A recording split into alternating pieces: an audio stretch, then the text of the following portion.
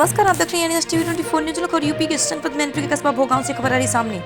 भोगांव में पुरानी तहसील पर स्थित शहीद स्मारक पर यूथ क्लब के संयोजन में 51 फुट ऊंचे तिरंगे का लोकार्पण कार्यक्रम का आयोजन किया गया, जिसमें मुख्य अतिथि के रूप में मिनी पीजीआई से एफआई के कुलपति प्रभात कुमार ने भाग लिया।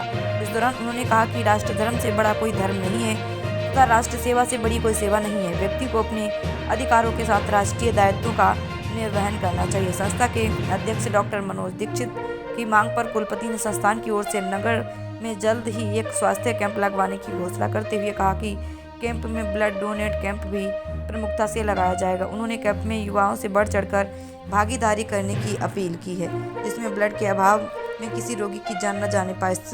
इससे कुलपति ने शहीदों को नमन करते हुए पुष्पचक्र अर्पित किया और शहीद पट्टिका का लोकार्पण भी किया। तत्पश्चात कुलपति ने 51 फुट ऊंचे स्तंभ पर राष्ट्रीय ध्वज को फहराकर झंडे को सैल्यूट किया।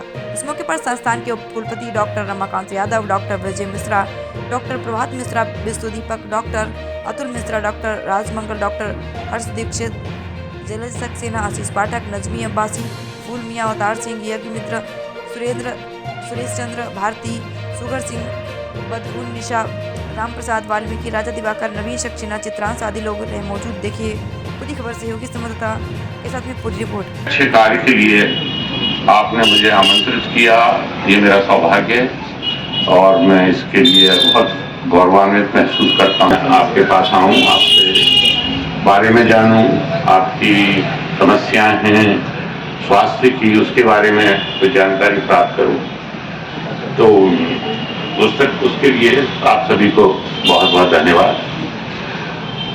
राष्ट्रीय ध्वज किसी भी देश, किसी भी जगह के लिए बहुत ही एक महत्वपूर्ण चिन्ह होता है।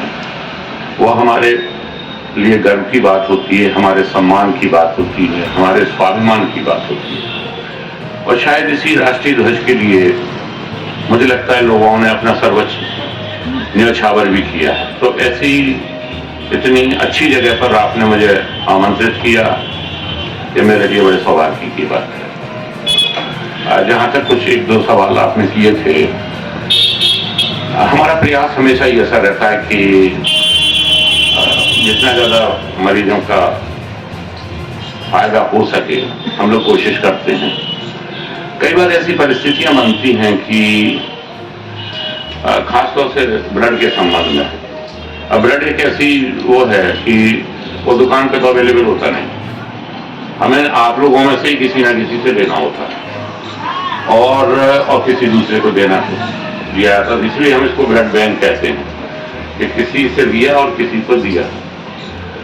अब जब कोई देने वाला नहीं होगा हमारे पास तो हमें देने में बड़ी कठिनाई होती है। तब भी हम कोशिश करते हैं कि यदि मरीज के कोई रिश्तेदार के पास कोई देने वाला नहीं है डोनर, तो हम अपने पास अपने बैंक से जितना हो सके उतना कोशिश करते हैं। लेकिन कहीं का न कहीं एक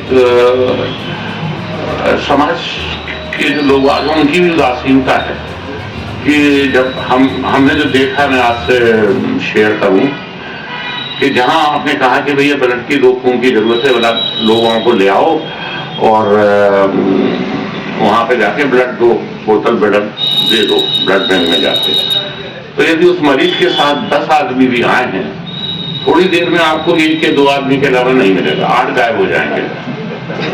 तो ये चीज अब आप लोग हमारे समाज से काफी जुड़े हुए हैं और काफी सामाजिक कार्य कर रहे हैं, तो ये बहुत ज्यादा जरूरी है, क्योंकि कहीं ना कहीं हमें बहुत ज्यादा जरूरत पड़ती है। तो आप इसके लिए एक अभियान से शुरू करिए, तो बहुत सारी जानें बचाई जा सकती हैं।